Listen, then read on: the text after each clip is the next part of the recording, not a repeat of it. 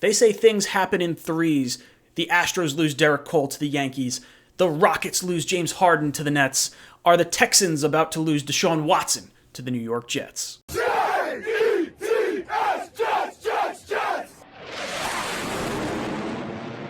What's up, guys? Welcome to Jets Talk. My name is Ryan. I'll be your pilot today. If you're new here, hit that subscribe button. If you've been here before, welcome back. I love having you here.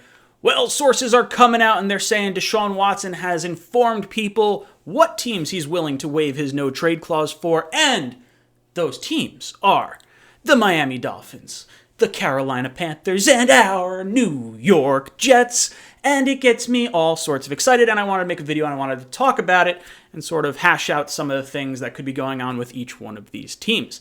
Now, the Jets are sitting with the most cap space of these three teams. The Jets have $67.9 million in cap space, the Panthers have $31 million in cap space, and the Dolphins have just under $23 million in cap space. Deshaun Watson's contract, if traded, is going to be $10.5 million, so you knock that back. Teams are still making cuts, so you're going to see these numbers kind of fluctuate a little bit over the course of the next few weeks. But the Jets are definitely in the best spot in terms of salary cap space to take on Deshaun Watson. And then it's a matter of, figuring out the draft compensation and how that is going to work. Because if you think it's going to take a lot of assets to get Deshaun Watson, of these three teams, the Jets have the most cap assets. At least the most draft-picked assets. Quarterback-wise, if we're ranking it, you're probably saying the Dolphins with Tua and 4 more years of contractual control probably hold the upper hand in terms of trading a quarterback to the Texans.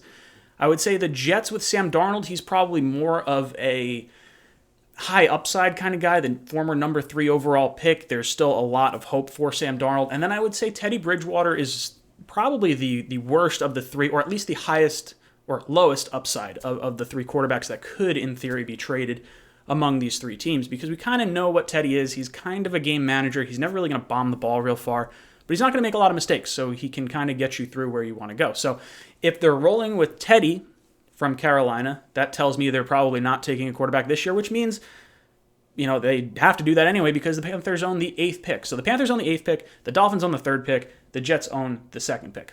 So I know the education system isn't necessarily the greatest in Texas, but if I'm doing my math correctly and the algorithms and the equations are all lining up, 2 is better than 8 and 2 is better than 3. The Jets have the best draft pick that you could possibly get, Texans fans, so I know you're looking at us. I know it. I know it's happening. It's really just a matter of, do the Jets want it and what's it going to cost? So for me, I'm looking at the Panthers. The rumors are they give up a bunch of first-round picks and a bunch of players, including Christian McCaffrey, Robbie Anderson, players of that nature. And then they give up the draft picks. So there was a rumor that came out that said Watson is aware if the Jets trade for him, there is going to be far less assets to surround him and build a team around him. And that just had me leaving my head, I'm scratching my head looking at this. Because if you're telling me the Panthers, they give up all these assets, they give up Christian McCaffrey, they give up Robbie Anderson, they give up multiple first-round picks, they give up Teddy Bridgewater. How is that team with less cap space and less draft picks than the New York Jets going to be more competitive? It just doesn't make sense to me. So for me, I think the Panthers are not really a realistic option unless Watson says, I'm not going to the Jets or Dolphins, I'm only going to the Panthers. Or if the Dolphins and Jets both say, we're out, we're not doing this whole Deshaun Watson trade, we got to build our team from within. That's the only way I see him going to the Panthers. So then that brings us to the Jets and the Dolphins. The Dolphins own the 3rd pick, the Texans' former first-round pick. The Dolphins got that in the Laramie Tunsil trade. So for me, when I'm looking at Houston, I'm thinking they probably don't want to trade back for their original pick that they originally had. I think that kind of looks like you have egg on your face. But that being said, this is a new regime. It's a new GM. The GM, Nick Caserio, is from New England. Same with Jack Easterby.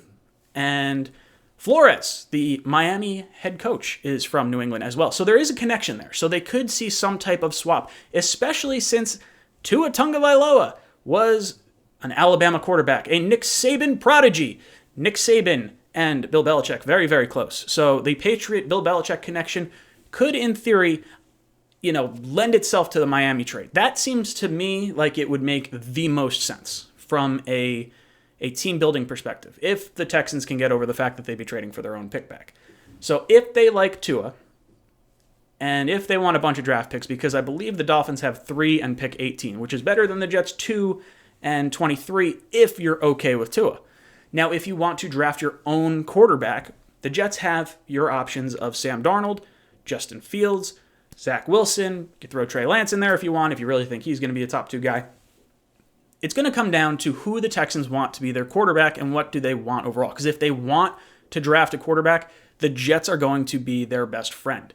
If they want to go with a quarterback that was highly ranked, they're not really sure what it is, they got a lot of team control, and they want to send him to Miami, I think that makes a lot of sense. I think Miami is the biggest threat for the New York Jets, and they're going to pit us against each other because we're division rivals. So the Jets don't want to see Watson in Miami because that's 10 years of watching a top 3 quarterback go against us. I've seen enough of this with Tom Brady. I don't need more of this, especially since we got Josh Allen up north. I'm done with Watson in Miami. So if he goes to Carolina, I don't really care. I just don't want to see him in Miami. So I would be willing to throw in an extra pick just to get him to the Jets and prevent him from going to Miami. But it comes down to our New York Jets now. Obviously, number 2 overall pick, we have the complete control of the draft after pick 1, because we already know Trevor Lawrence is more than likely going number 1 overall. The Jets, we're doing our due diligence.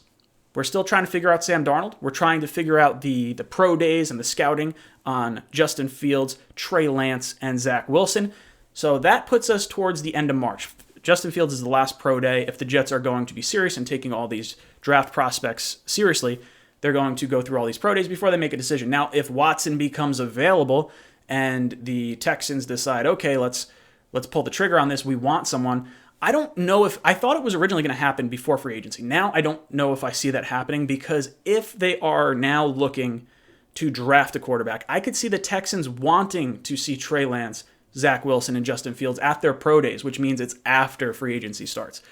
And with Watson's cap hit not being that ridiculous, the 3 teams that are involved, Miami, Carolina, and the Jets, it works out better for the Jets because it kind of narrows the gap a little bit, but it's also not a crazy high cap hit from the Watson contract if that were to be made closer to the draft. I think teams are still going to have enough cap space, or at least they'll figure out a way to get it done. They'll restructure guys. They'll cut guys if they have to. Watson is that good where you can figure it out if you're one of these 3 teams.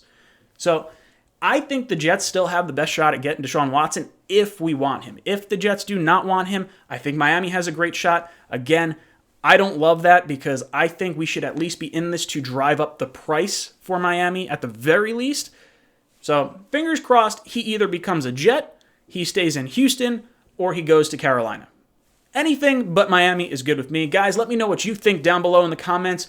Does this mean anything, these 3 teams? Who is in the lead? Who has the best shot of getting Deshaun Watson? Let me know in the comments down below. And as always, go Jets.